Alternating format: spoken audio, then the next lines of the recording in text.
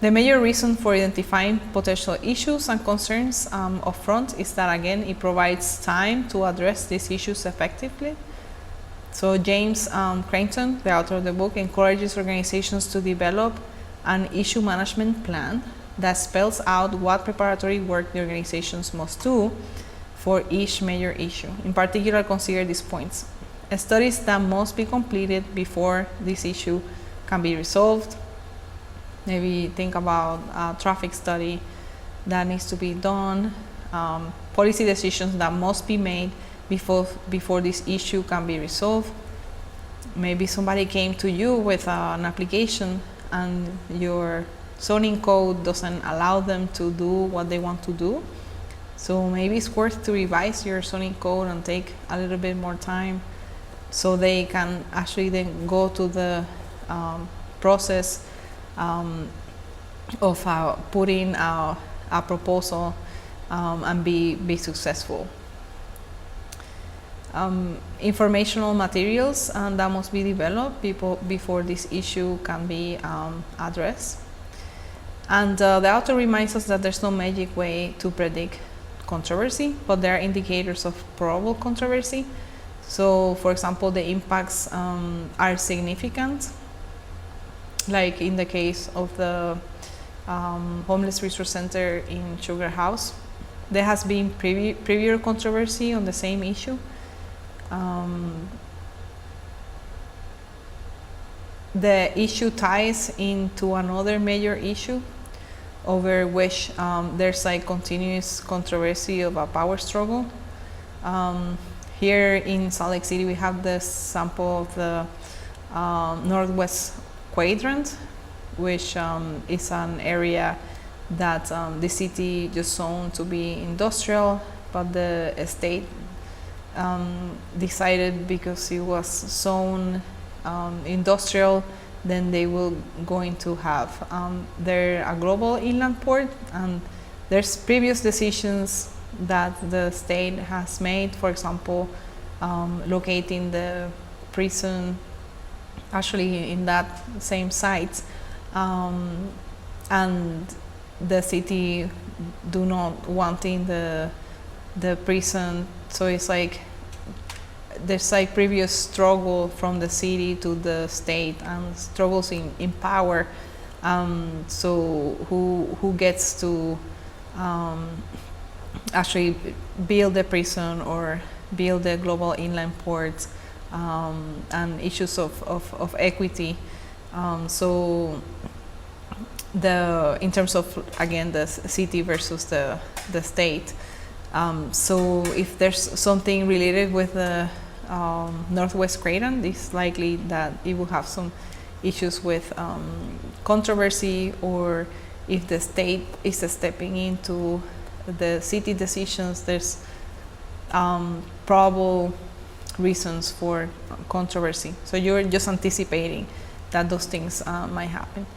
Maybe the issue touches on local political topics such as land use or economic development that are the basis for political debate within the community. Northwest Quadrant is an example of that as well. The issue is the total reason for the very existence of the stakeholder groups. So this is something that the author reminds us, which will see themselves in a life or death a struggle. And just as a point of clarification with the stakeholder analysis, not all the stakeholders are supporting you. So part of the idea is that you identify the stakeholder, including the people that will be in opposition of your project ahead of time.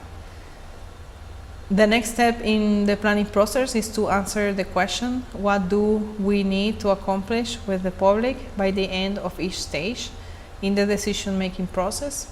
During decision analysis, you define the stages in your decision-making process. So revisit these stages now to be certain they're still appropriate. If they are, then develop one or more public participation objectives for each stage. To develop public participation objectives, just ask, what do we have to accomplish with the public by the end of this stage. Then write an objective that describes the completion of that task. For example, in the decision-making process, follow the 5 generic decision-making stages discussed in Chapter 3. Then the public participation objectives might look like the ones that are presented here in for figure or exhibit 4.2. Objectives often specify what level of participation is required. For example, if you were evaluating an alternative that is needed for participation by the public, like in the case of the Concord Naval Weapon Station, you could write the objectives in various ways, like determine the acceptability of each of these alternatives to the various stakeholders. Then identify the issues and concerns associated with each alternative. In order to accomplish each of your public participation objectives, there is information you will need to provide to the public and information you will need to get from the public.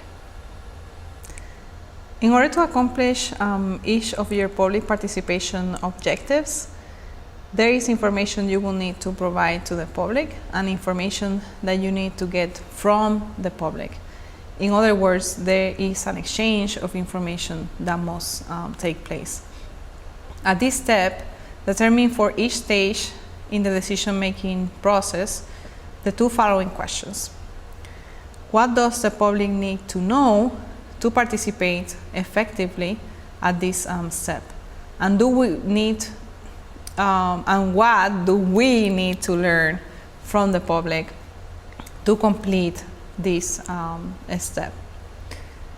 Often there are special circumstances or considerations that could be determined or influence which public participation technique you will use. And the author mentions a few. It could be like cultural or ethnic reasons or sensitivities. For example, most of the people that will be affected are from a single cultural or ethnic group. Maybe there's like national interest. Maybe the stakeholders that are interested in the issue are from another site. So this might occur when there's, let's say, a natural resource and it's like shared, like a watershed by 2 different municipalities. So there's likely that if you're trying to do something on your municipality that it affects another municipality or city, those people are going to be also involved in your planning process. Distance, so interested stakeholders maybe are scattered all over a very large geographic area. Maybe you're doing something regarding farm use or farmlands, and these people just like live very far away from each other. These are huge farms, and that might be difficulty to get them involved. Maybe there's an issue of like people who are politically connected, or there are issues that are politically connected to other issues. So it's hard to keep this issue distinct. And maybe there's like a great level of interest in your issue. There's like outrage, or there could be like apathy. There are political sensitivities. Key political figures are going to have positions or reputations that are related to that particular issue. So again, all these are just special circumstances that you have to take into consideration.